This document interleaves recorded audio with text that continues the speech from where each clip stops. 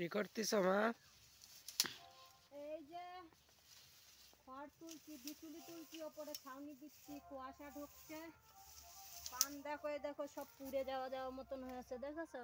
হ্যাঁ, এই হচ্ছে বেচা কিনা। যদি এও শেষ হয়ে যায় তাহলে খাবো কি? খাওয়াতে কিছু থাকবে না তাহলে। না। আর মাঝে মধ্যে একটা দুটো জনে যায়, তাই তাই হলি হবে।